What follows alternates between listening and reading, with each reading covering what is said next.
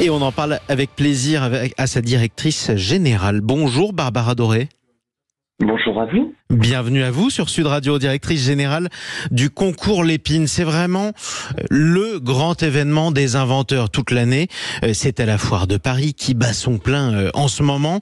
On a dû au concours Lépine un certain nombre d'inventions qui ont pu changer la vie de beaucoup de Français et de Françaises. Le presse-purée par exemple, le stylo bille, on en passe. Il y en a des centaines et des centaines. Cette semaine, vendredi prochain, on connaîtra les vainqueurs du concours Lépine 2024. D'abord, est-ce que c'est un bon cru pour vous? Eh oui, eh bien écoutez, cette nouvelle édition 2024 est vraiment un très beau cru. Je pense que vous en saurez plus vendredi 10, comme vous l'avez dit lors de la cérémonie de remise des prix. Mais en effet, le teasing est à son comble, mais je pense que ça va être une très belle édition. Alors il faut quand même qu'on parle de ce qu'on pourra voir et de ce que vous allez avoir, la lourde tâche de départager, puisque on parle d'une bouillotte portable, on parle d'une application pour la rééducation après les arrêts vasculaires cérébraux, une douche perpétuelle, je lis ça aussi. C'est quoi une douche perpétuelle ? Alors je crois que vous faites référence à la douche cyclique. Là effectivement on est un petit peu comme dans la tendance des inventions présentées cette année sur l'éco-responsabilité et la récupération d'énergie, et cette douche cyclique en fait va vous faire en fait gagner de l'énergie avec une récupération d'eau froide et une filtration en fait d'eau qui vous permettent de moins consommer à la fin d'eau chaude, tout simplement. Et ça, c'est très important, parce qu'en plus, ça limite de l'énergie et ça économise l'eau pour tous ceux qui nous écoutent dans le Roussillon, en proie à une sécheresse absolument dramatique depuis des mois et des mois. C'est une bonne idée. Alors, je lis aussi qu'un Auvergnat, c'est quand même formidable. Écoutez, vous avez un Auvergnat qui a inventé une voiture gonflable en kit. Une voiture gonflable qui se retrouve dans un sac à dos. C'est quand même génial. Oui, je suis d'accord avec vous. Effectivement, lorsqu'on a reçu ce dossier, l'inventeur Benoît Paillard en fait a présenté 3 inventions différentes pour faire cette voiture gonflable. Et l'idée, c'est de démocratiser en fait le véhicule électrique. Effectivement, on arrive sur des prix de véhicules assez élevés.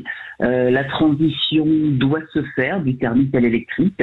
Et là, Benoît Paillard nous présente le châssis gonflable, l'habitacle totalement gonflable, et sa 3e invention, c'est le changement de couleur en plus de l'extérieur de ce véhicule. C'est quand même extraordinaire. Oui, c'est quand même absolument formidable. Comment vous les choisissez, ces inventeurs? C'est eux qui viennent à vous ou c'est vous qui les recrutez en quelque sorte?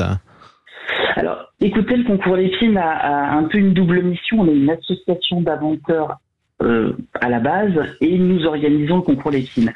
Donc sur la première partie de cette association, nous sommes là pour aider les inventeurs. Nous recevons des appels: bonjour, j'ai une invention, qu'est-ce que je fais? Et on leur apporte tous les conseils.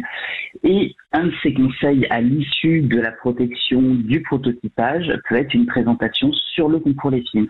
Donc pour vous répondre, en grande majeure partie, ce sont les inventeurs et les inventrices qui nous contactent. On a très peu de sourcing pour participer à une édition. Oui, ça je pense. En plus, c'est assez logique. Et puis c'est un concours qui est particulièrement renommé. Est-ce qu'il est unique au monde ou pas?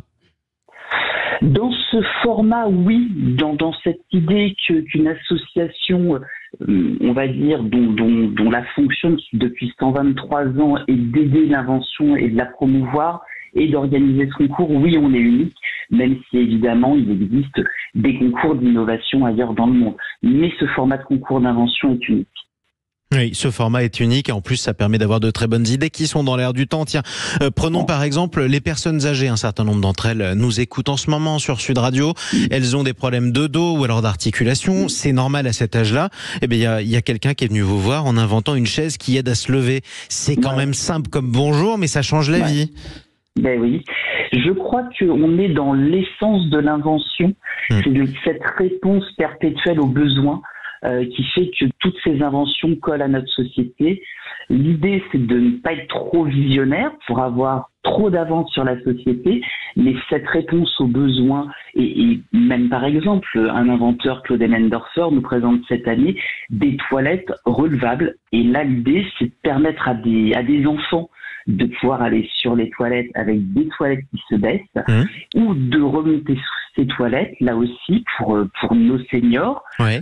et les aider effectivement à se relever. Et oui, il fallait y penser. C'est d'une évidence sans nom quand on l'entend, mais ça n'existait pas. C'est simple comme la poubelle, c'est ainsi qu'elle est née, tout simplement. Vous savez quoi, Barbara Doré? On va reprendre rendez-vous avec vous la semaine prochaine, puisque c'est vendredi prochain la finale, si vous le voulez bien. Et si vous en avez le temps, et vous nous parlerez des vainqueurs 2024. En tout cas, merci beaucoup. Merci à vous. Bon week-end sur Sud Radio. Je rappelle que vous êtes directrice générale du concours Lépine. Bonne chance à tous ces inventeurs. Il y avait encore d'autres inventions formidables à raconter. Et franchement, ça fait toujours plaisir d'en parler tous les ans sur Sud Radio.